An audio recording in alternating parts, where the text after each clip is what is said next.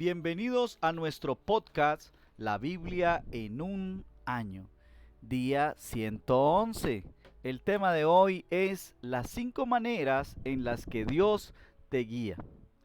Dios te diseñó teniendo un propósito en su mente. Dios te ama y tiene un destino específico, único y glorioso para ti. Él promete guiarte. El propósito de Dios para ti es más grande que tus fallos. Yo he cometido muchos errores en mi vida, pero Dios no ha dejado de guiarme.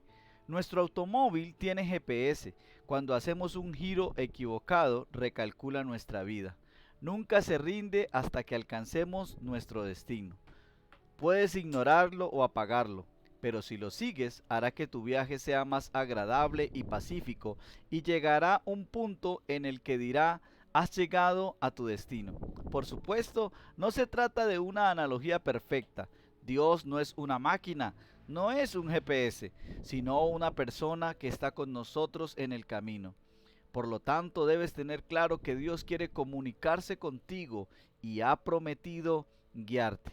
Principalmente, Dios nos guía de 5 modos. El primero de ellos es a través de los mandamientos de las Escrituras, es decir, de la Biblia. El segundo de ellos es a través de la guía del Espíritu Santo. El tercero de ellos es a través del consejo de los santos, la iglesia. El cuarto de ellos es el sentido común, la razón. Y el quinto, las señales circunstanciales, que es decir, la providencia de Dios. En cada uno de los pasajes de hoy vemos primero algo general acerca de la manera en la que Dios nos guía y después ejemplos específicos de cada uno de estos 5 modos en los cuales Dios nos guía. Bueno, el primer texto que vamos a estudiar es Salmos capítulo 48, versículos del 9 al 14. Lo voy a leer en la PDT. Dice así: Dios mío, dentro de tu templo meditamos profundamente en tu fiel amor. Dios mío, tu alabanza como tu nombre se ha extendido por toda la tierra y todo el mundo te alaba. Tú verdaderamente haces justicia. El monte Sión está feliz. Las poblaciones de Judá se alegran debido a tus justas decisiones. Caminen por Sión, den una vuelta y cuenten sus torres. Fíjense en sus murallas, recorran sus fortificaciones para que se lo puedan contar a las generaciones futuras. Este Dios es nuestro Dios ahora y siempre.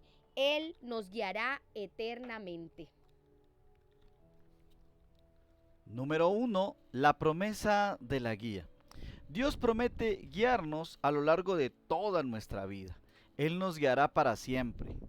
Pero, ¿cómo se recibe esta guía? El secreto es que podamos tener una relación personal, una relación privada y muy íntima con Dios. Y esta se puede realizar a través del pasar tiempo en su presencia, meditando en su gran amor, hablándole, escuchando su palabra. Y vamos a hablar entonces con el consejo de los santos, que es un punto muy importante. El consejo no es una actividad individual, es de significar que el salmista diga: dentro de tu templo meditamos en tu gran amor. El templo era el lugar donde se reunía el pueblo de Dios para adorar a Dios. Recibimos guía en el contexto de la comunidad cristiana. A veces, cuando vamos por nuestra cuenta, podemos equivocarnos muchísimo, como lo dice en Proverbios capítulo 12, versículo 15. Dios puede hablar a otras personas igual que a nosotros, y siempre es sabio buscar consejo ante decisiones importantes. Por eso quiero invitarte que hoy hagamos una oración de una manera muy especial. Señor, hoy te doy gracias por la maravillosa promesa que me has dado de que eres mi guía y que lo vas a hacer, Señor. Hoy te pido que por favor me rodees o me ayudes a rodearme de personas sabias que tengan el temor de Dios en su corazón y que yo tenga también la humildad de carácter para escucharlos, para pedir sus consejos y para obedecer lo que tú me hables a través de ellos. Ahora vamos a leer en Lucas capítulo 19 desde el versículo 45 hasta el capítulo 20. Dice así: Jesús entró en el área del templo y empezó a echar a la gente que estaba vendiendo. Les dijo: está escrito, mi casa será una casa de oración, pero ustedes la han convertido en una guarida de ladrones. Jesús le enseñaba a la gente todos los días en el área del templo. Los jefes de los sacerdotes, los maestros de la ley y los líderes del pueblo estaban buscando la forma de matar a Jesús, pero no la hallaban porque todo el pueblo estaba pendiente de lo que decía. Capítulo 20. Discusión sobre la autoridad de Jesús. Un día Jesús estaba enseñando y contando las buenas noticias en el área del templo. Los jefes de los sacerdotes, los maestros de la ley y los ancianos líderes vinieron a hablar con Jesús y le dijeron: dinos, ¿con qué autoridad haces esto? ¿Quién te la dio? Jesús les contestó: yo también les haré una pregunta. Respóndanme, ¿el bautismo de Juan era de Dios o de los hombres? Ellos hablaron sobre esto y dijeron entre ellos: si decimos que venía de Dios, Jesús nos preguntará por qué entonces no le creímos. Pero si decimos que venía de los hombres, nos matarán a pedradas porque todos creen que Juan era un profeta. Así que respondieron: no sabemos de dónde venía.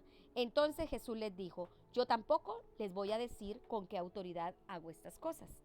Historia de los labradores perversos. Luego Jesús les contó a la gente esta historia. Un hombre plantó un viñedo y lo alquiló a unos labradores. Luego se fue por mucho tiempo y a su debido tiempo mandó a un siervo a pedirles a los labradores la parte de la cosecha que le pertenecía a él. Pero los labradores lo golpearon y lo enviaron con las manos vacías. Entonces el hombre mandó a otro siervo, pero los labradores lo golpearon también. Lo trataron muy mal y lo enviaron de vuelta con las manos vacías. Entonces el hombre mandó a un tercer siervo, pero los labradores lo hirieron y lo echaron de allí. Entonces el dueño del viñedo dijo: ¿qué debo hacer? Mandaré a mi hijo amado, tal vez a él sí lo respetarán. Pero cuando los labradores vieron al hijo del dueño, hablaron entre ellos y dijeron: este es el heredero, matémoslo para quedarnos con la herencia. Lo echaron del viñedo y lo mataron. ¿Qué les hará el dueño del viñedo a los labradores? El dueño vendrá, los matará y les dará el viñedo a otros labradores. Cuando la gente escuchó esto, dijeron: eso nunca. Pero Jesús los miró y dijo: entonces, ¿qué significado tiene esto que está escrito? La piedra que los constructores rechazaron se ha convertido en la piedra principal. Todo el que caiga sobre esa piedra se hará pedazos, y al que esa piedra le caiga encima lo hará polvo. Los maestros de la ley y los jefes de los sacerdotes comprendieron la historia que se refería a ellos y por eso lo querían arrestar, pero tenían miedo de lo que les pudiera hacer el pueblo. El pago de los impuestos. Observaban a Jesús todo el tiempo y enviaron a escucharlo unos espías que fingían tener buenas intenciones. Querían usar en su contra algo que dijera y así poder entregarlo al poder de la autoridad del gobernador. Entonces los espías le preguntaron a Jesús: Maestro, sabemos que tú hablas y enseñas solo lo correcto, que para ti todos son iguales y que enseñas con sinceridad el camino de Dios. Entonces, ¿está bien que paguemos impuestos al emperador o no? Jesús sabía que le querían poner una trampa, entonces les dijo: muéstreme una moneda de plata. ¿De quién es la imagen que está en la moneda y el nombre que está escrito en ella? Ellos dijeron: del emperador. Así que Jesús les dijo: entonces den al emperador lo que es del emperador y a Dios lo que es de Dios. Los hombres se asombraron de su respuesta y se quedaron sin palabras. No pudieron usar en su contra nada de lo que dijo delante de la gente. Número 2. Modelo de guía. Igual que en todas las demás áreas de la vida, Jesús es nuestro modelo de cómo ser guiado por Dios. Vivir bajo la guía de Dios no nos lleva a una vida libre de problemas. Jesús sufrió el constante ataque de la policía religiosa de su tiempo y no evitó la controversia y la confrontación. De hecho, en la parábola de los labradores, Jesús muestra que los siervos de Dios pueden esperar que vengan las dificultades.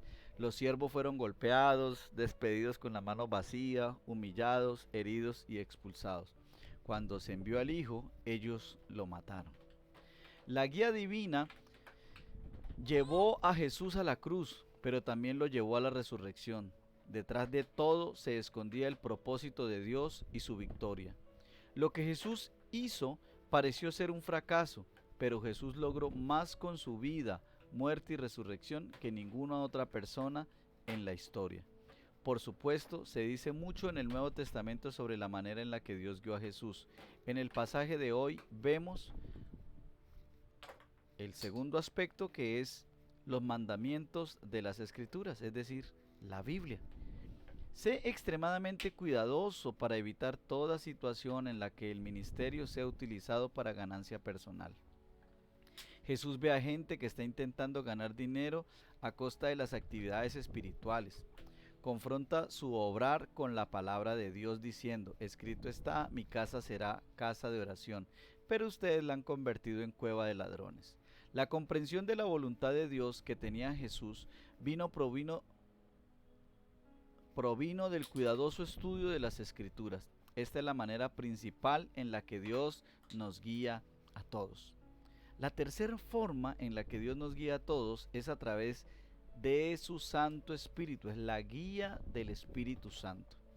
Cuando cuestionan a Jesús acerca de su autoridad, desafía a aquellos que vivían bajo principios y pensamientos e ideologías religiosas y les realiza una pregunta acerca de la autoridad de Juan. Jesús está sugiriendo que Juan recibió una autoridad del cielo que proviene de Dios mismo, lo que claramente implica que la propia autoridad de Jesús también vino del cielo, salió de su íntima relación con Dios. Incluso sus oponentes reconocieron la verdad cuando leemos ahí en el capítulo 20, el versículo 21, de las enseñanzas de Jesús, el cual no quería ganarse su simpatía o mostrar parcialidad. Se guiaba por lo que sabía que era la verdad, diciendo la verdad sin temor. Jesús pone en cuestión la premisa que hay tras esta pregunta de ellos: ¿a qué poder terrenal debemos dar nuestra lealtad primordial? Como explica, la cuestión clave es si damos a Dios la lealtad primordial que le debemos, si nos contamos entre los ciudadanos de su reino antes de ser entre los ciudadanos de cualquier reino terrenal. Debemos dar al César lo que es del César y a Dios lo que es de Dios. Ellos se quedaron estupefactos ante la respuesta de Jesús y enmudecieron. Lucas nos cuenta que Jesús era llevado por el Espíritu. Eso está allí en Lucas 4:1. Presumiblemente fue el Espíritu Santo quien dio a Jesús la respuesta que usó. A medida que Jesús caminó en una relación íntima con Dios Padre, estudiando las Escrituras y enseñando la verdad, el Espíritu Santo, el Espíritu de verdad, como lo dice en San Juan 15:26, colocó en él palabras de extraordinaria sabiduría. Vamos a hacer otra oración bien especial. Padre amado, hoy quiero pedirte que me ayudes a seguir el ejemplo de Jesús en todo, a estar cerca de ti, a escuchar tu voz cuando leo la Biblia y busco ser guiado por el Espíritu Santo de Dios. Ahora vamos a leer Deuteronomio desde el capítulo 31, desde el versículo 30 hasta el capítulo 32. Dice así: la canción de Moisés. Luego Moisés recitó todas las palabras de esta canción mientras la comunidad de Israel escuchaba. Capítulo 32. Cielos, presten atención que voy a hablar. Que la tierra escuche las palabras de mi boca. Mi enseñanza caerá como lluvia, mis palabras bajarán como el rocío, como llovizna sobre pasto nuevo y como gotas de lluvia sobre plantas jóvenes. Porque proclamaré el nombre del Señor, conozcan la grandeza de nuestro Dios. Él es la roca, sus obras son perfectas y todo lo que hace es justo. Dios es fiel, verdadero, digno de confianza y no actúa con maldad. Él no es corrupto, pero sus hijos han actuado corruptamente con él. Ellos son una generación perversa y mala. ¿Así le pagas al Señor, pueblo vil y tonto? ¿Acaso no es Él tu Padre y tu Creador? ¿Acaso no fue Él quien te hizo y te creó? Acuérdate de los viejos tiempos. Piensa en los años de las generaciones pasadas. Pregúntale a tu papá y él te dirá. Pregúntale a tus ancianos y ellos te contarán el pasado. Cuando Dios Altísimo distribuyó las naciones, cuando dividió a la raza humana y arregló los límites de las naciones iguales al número de los ángeles reunidos con Dios. Pero la la porción propia del Señor es su pueblo. Jacob es su herencia. Él lo encontró en una tierra desértica, en una tierra azotada por el viento. Él lo rodeó y lo cuidó, lo protegió como a la niña de sus ojos. Como águila que revolotea sobre su nido y anima a sus pequeños a volar, así él abrió sus alas, lo agarró y lo cargó en sus plumas. Solo el Señor lo guió a través del desierto. No había ningún dios extranjero ayudándolo. Hizo que fuera por la región montañosa y lo alimentó con las cosechas del campo. Le dio a chupar miel de las rocas y aceite de oliva de las rocas duras. Le dio mantequilla de la manada y leche del rebaño, junto con lo mejor de los corderos y carneros, ganado de Basán y cabras, junto con el mejor trigo, y bebió vino fermentado, sangre de uva. Pero Jerusún se hartó de la comida y pateó. Se volvió corpulento y gordo. Abandonó al Dios que lo hizo y rechazó a la roca que lo salvó. Lo hizo ponerse celoso con dioses extranjeros. Lo hizo enojar con ídolos detestables. Hizo sacrificios a espíritus que no eran Dios. Dioses que no conocía, dioses recién llegados, dioses que sus antepasados no conocieron. Olvidaste a la roca que te dio la vida. Olvidaste al Dios que te dio a luz. El Señor vio esto y lo rechazó, porque sus hijos e hijas lo enojaron. Él dijo: esconderé mi cara de ellos y puedo ver cuál será su final, porque ellos son una generación perversa, hijos que no son fieles. Ellos me hicieron dar celos con un Dios que no es Dios. Con sus dioses sin valor me hicieron enojar. Entonces yo les daré celos con un pueblo que no es pueblo, con una nación sin valor los haré enojar, porque el fuego ha sido encendido por mi ira y quemará hasta el mundo de los muertos. Destruirá la tierra y sus cosechas e incendiará las bases de las montañas. Acumularé desastres para ellos. Usaré todas mis flechas en su contra. Ellos llegarán débiles por el hambre y destruidos por una terrible enfermedad, una epidemia mortal. Enviaré animales salvajes en su contra junto con serpientes venenosas. Los soldados los matarán en las calles y el terror los matará en sus habitaciones. Los jóvenes y las muchachas morirán. Niños y viejos morirán. Yo dije: los destruiré, acabaré completamente con ellos. Pero me debía que su enemigo me hiciera enojar, que sus enemigos tergiversaran lo que pasó, que ellos dijeran: ganamos por nuestro propio poder. Y el Señor no hizo nada de esto, porque ellos son una nación sin sentido y no tienen entendimiento. Si fueran inteligentes, ellos entenderían esto. Ellos reflexionarían sobre lo que les pasó. ¿Cómo es posible que un hombre persiga a 1000 hombres? ¿Y cómo es posible que 2 hombres persigan a 10,000? A no ser que su Dios los haya vendido, a no ser que el Señor los haya entregado, porque su roca no es como nuestra roca. Hasta nuestros enemigos saben esto.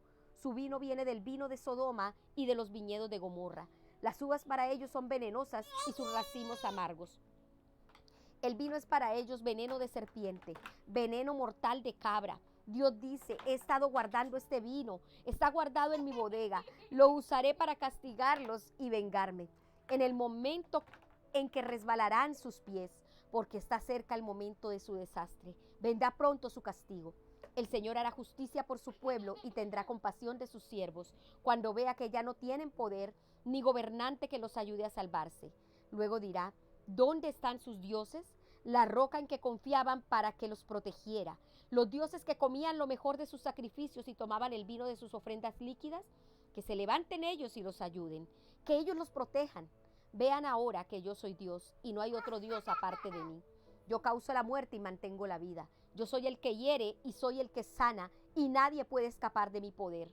Aún así, levanto mi mano al cielo y digo: así como es seguro que vivo por siempre, afilaré mi reluciente espada y llevaré a cabo la justicia. Castigaré a mis enemigos y me vengaré de todos los que me desprecian. Cubriré mis flechas con su sangre y mi espada destruirá su carne. Sangre de aquellos asesinados y capturados, de las cabezas de los líderes enemigos. Cielos, griten de alegría con Dios. Todos los dioses inclínense ante Él, porque Él castigará al que mate a sus hijos.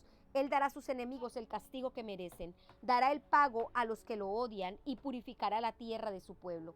Luego Moisés fue con Josué, hijo de Nun, y le recitó todas las palabras de esta canción a todo el pueblo de Israel para que las oyera.